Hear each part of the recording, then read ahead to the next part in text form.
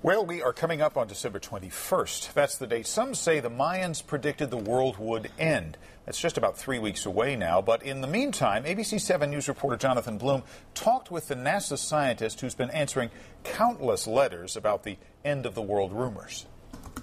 David Morrison has a big job. I volunteered about 10 years ago to answer the questions the public sends in. Some of the most pivotal scientific questions of our time. These are questions about astronomy and planets and life in the universe.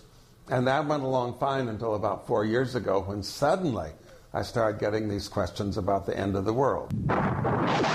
Doomsday. Some say the ancient Mayan calendar predicts the end of days on December 21st, 2012. And Morrison's inbox is overflowing. One touching letter was simply, "My best friend is my little dog. Please tell me when I should put her to sleep so she won't suffer in the apocalypse." What is your emotional reaction to those sorts of letters?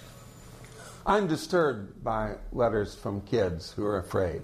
I think that is the worst part of this hoax, and it is a hoax. A hoax, he says, with tens of millions of views on YouTube. One predicts a planet crashing into the Earth. If there were such an object, it would be the brightest thing in the sky after the sun and moon. Anybody could see it. Morrison has posted his own YouTube videos. Planet X does not exist and does not threaten the Earth. But the letters keep coming. I have received letters from young people who say they are contemplating suicide.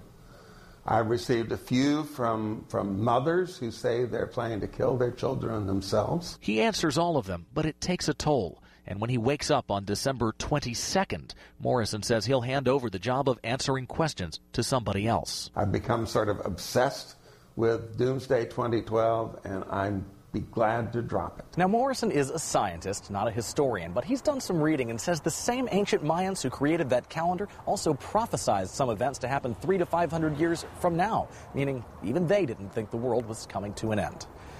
At NASA Ames Research Center, Jonathan Bloom, ABC 7 News.